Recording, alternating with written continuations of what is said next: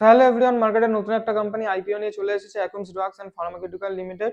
তো আমরা আজকে এই কোম্পানিটা নিয়ে ডিটেলসে আলোচনা করবো যে কোম্পানিটা কি কাজ করে, কেমন কাজ করছে, আর আমরা এখানে লং টার্মের জন্য ইনভেস্ট করতে পারি কিনা, আর শর্ট টার্মের জন্য বা শুধুমাত্র আইপিওতে যদি ইনভেস্ট করেন তো কেমন কি প্রফিট বা লস হতে পারে, সবকিছু নিয়ে আজকে ডিটেলসে আলোচনা করবো। তো ভিডিওটা ইন্টারেস্টিং হতে চলেছে। তা ভিডিওটা শুরু করার আগে ভিডিওটা একটা লাইক করে দেবেন, চ্যানেলটা সাবস্ক্রাইব করে নেবেন। তো ভিডিওটা শুরু করা যাক। আচ্ছা, তো এবার আমাদের সবার প্রথমে জানতে হবে যে কোম্পানি কি কাজ করে। তো আমরা এখানে দেখতে পাচ্ছি কোম্পানি তৈরি হয়েছিল 2004 সালে। তো কোম্পানিটা বেসিক্যালি ফার্মাকিউটিক্যাল যে প্রোডাক্ট গুলো রয়েছে সেটা তৈরি করে অ্যান্ড সার্ভিস প্রোভাইড করে আমাদের ইন্ডিয়াতে আর ইন্ডিয়ার বাইরেও। আর কোম্পানির প্রাইমারি ফোকাস হলো কোম্পানি যেমন প্রোডাক্ট ডেভেলপ করে অ্যান্ড তৈরি করে, তার পাশাপাশি প্রোডাক্ট তৈরির যে ফর্মুলেশন রয়েছে সেটা নিয়ে রিসার্চও করে। আচ্ছা, তো এরপরে আমরা যদি কোম্পানির রেশিও দেখি তো প্রথমেই দেখতে পাচ্ছি রিটার্ন অন ইকুইটি 0.11%, খুব খারাপ। Return on capital employed 3.37, debt to equity ratio 0.69%, একটু বেশি। Return on net worth -0.57% and return on book value ratio 13.69।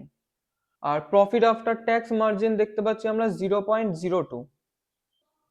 R company কোনো প্রাইস টু আর্নিং রেশিও নেই, কারণ কোম্পানি প্রফিট করছে না, রিসেন্টলি প্রফিটে এসছে। আর কোম্পানি আমরা যদি কম্পিটিটর দেখি তো প্রথমে দেখতে পাচ্ছি সিবলা লিমিটেড, যার P ratio 28.69, Sun pharmaceutical industry limited, যার P ratio 41.18, doctor Reddy's laboratories limited 20.62, Lupin limited 44.36, Mankind pharma 48.02, Torrent pharmaceuticals limited 64.60। আরও রয়েছে কম্পিটিটর। আর এর যদি ওভারঅল সেক্টরের পি দেখা যায়, অ্যাভারেজ পি সেটা হলো 38.28। আচ্ছা, তো এবার আমরা যদি কোম্পানির ফাইন্যান্সিয়াল চেক করি তো আমরা দেখতে পাবো যে কোম্পানির ফাইন্যান্সিয়াল অতটাও ভালো না। কারণ অ্যাসেট যদি দেখি আমরা, 31শে মার্চ 2022 সালে কোম্পানির কাছে অ্যাসেট ছিল 3069 কোটি টাকা, যেটা 2023 সালে বের হয়েছে 3266 কোটি টাকা, এন্ড 2024 সালে 3516 কোটি টাকা। কোম্পানির রেভিনিউ আস্তে আস্তে গ্রো করছে। 2022 সালে কোম্পানির রেভিনিউ ছিল 3694 কোটি টাকা, 2023 সালে সেটা বেড়ে হয়েছে 3700 কোটি, আর 2024 সালে হয়েছে লাস্ট ইয়ার 4212 কোটি টাকা। প্রফিট আফটার ট্যাক্স যদি দেখি, 2022 সালে কোম্পানি লসে ছিল, কোম্পানির টোটাল লস ছিল 250 কোটি টাকা। সেখান থেকে 2023 সালে কোম্পানি প্রফিটে এসছে অ্যান্ড কোম্পানির টোটাল প্রফিট ছিল 97 কোটি টাকা, অ্যান্ড 2024 সালে কোম্পানির প্রফিট আবার কমে হয়েছে 0.79, মানে 79 লাখ টাকা। কোম্পানির নেটওয়ার্থ যদি দেখি এবার, তো কোম্পানির নেটওয়ার্থ 2022 সালে ছিল 621 কোটি টাকা, 2023 সালে সেটা বেড়ে হয়েছে 717 কোটি টাকা, এবং 2024 সালে সেটা একটু কমে হয়েছে 709 কোটি টাকা। আর কোম্পানির যে টোটাল বোরিংস, কোম্পানির যে লোন রয়েছে সেটা 2022 সালে ছিল 397 কোটি টাকা, 2023 সালে সেটা বেড়ে হয়েছে 536 কোটি টাকা, এবং 2024 সালে সেটা একটু কমে হয়েছে 491 কোটি টাকা। আচ্ছা, তো এবার আমরা যদি কোম্পানির আইপিও দেখি তো আমরা প্রথমে দেখতে পাচ্ছি এখানে কোম্পানির যে টোটাল ইস্যু সাইজ রয়েছে আইপিও সেটা 1856 কোটি, যার মধ্যে থেকে ফেস ইস্যু হচ্ছে 680 কোটি টাকা, অ্যান্ড বাকি যেটা রয়েছে 1176 কোটি টাকা সেটা অফার ফর সেল। আর ইনভেস্টর ক্যাটাগরি অনুযায়ী যদি দেখি কোন ক্যাটাগরি কত পার্সেন্ট শেয়ার অ্যালোকেট হয়েছে, সেটা দেখতে পাচ্ছি কিউআইবির জন্য 75% শেয়ার রয়েছে, রিটেল ক্যাটাগরির জন্য 10%, অ্যান্ড এইচএনআই এর জন্য 15%। আর এছাড়া অবজেক্ট অফ দ্য ইস্যু, মানে কোম্পানির কাছে যে টাকাটা আসবে আইপিওর মাধ্যমে সেটা কোম্পানি কোথায় কোথায় খরচ করবে।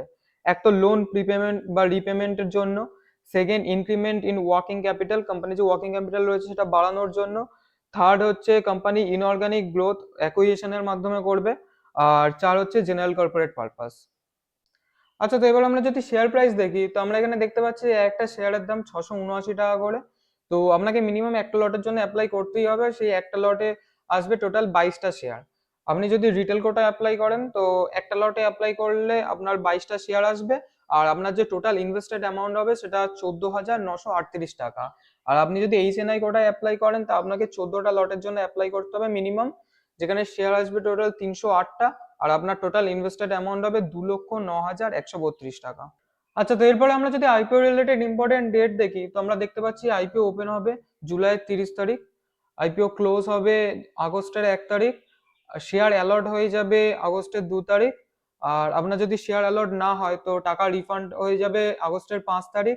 আর যদি শেয়ার অ্যালট হয়ে যায় তো আপনার যে শেয়ার রয়েছে সেটা আপনার ডিম্যাট অ্যাকাউন্টে ক্রেডিট হয়ে যাবে আগস্টের 5 তারিখ, আর শেয়ার লিস্ট হয়ে যাবে মার্কেটে আগস্টের 6 তারিখ। আচ্ছা, তো এবার সব থেকে ইম্পর্টেন্ট কোয়েশ্চেন হচ্ছে কোম্পানি থেকে কেমন কি প্রফিট হতে পারে। তো এর দুটো পার্সপেক্টিভ রয়েছে, একটা লং টার্ম পার্সপেক্টিভ আর একটা শর্ট টার্ম পার্সপেক্টিভ। তো আপনি যদি লং টার্মের জন্য ইনভেস্ট করবেন ভাবছেন, তো এখনো পর্যন্ত কোম্পানিটা লং টার্মের জন্য ইনভেস্ট করার মতো মানে ইনভেস্টেবল নয়। কারণ কোম্পানি লস করছিল এতদিন ধরে, সবে সবে প্রফিটে এসছে। আর আপনি যদি সেম সেক্টরে ইনভেস্ট করতে চান, তো এই সেক্টরে এর থেকে আরো অনেক বেটার কোম্পানি পেয়ে যাবেন, বড় কোম্পানি যার ফাইন্যান্সিয়ালও স্ট্রং। আর আপনি যদি শুধুমাত্র আইপিও তে ইনভেস্ট করবেন ভাবছেন, তো আপনি আইপিও তে ইনভেস্ট করতে পারেন। তো এই কোম্পানির গ্রে মার্কেট প্রিমিয়াম চলছে এখনো পর্যন্ত 20%, 20 থেকে 22%-এর আশপাশ। মানে আপনি যদি রিটেল কোটায় অ্যাপ্লাই করেন, তো এই হিসেবে আপনার প্রফিট হওয়ার চান্স রয়েছে 2800 থেকে 3000 টাকা। আর আপনি যদি এইচএনআই কোটাতে অ্যাপ্লাই করেন, তো আপনার প্রফিট হওয়ার চান্স রয়েছে 40,000 থেকে 42,000 টাকা। তো আজকের জন্য এতটাই। ভিডিওটা ভালো লাগলে অবশ্যই ভিডিওটা লাইক করে দেবেন, শেয়ার করবেন আপনার বন্ধু বা ফ্যামিলির সাথে। আর কমেন্ট করবেন আপনি আইপিও তে অ্যাপ্লাই করছেন কিনা, বা আইপিও রিলেটেড আরো কোনো কোশ্চেন থাকলে অবশ্যই কমেন্ট করবেন। তো দেখা হচ্ছে পরের ভিডিওতে, ততক্ষণ ভালো থাকবেন, ধন্যবাদ।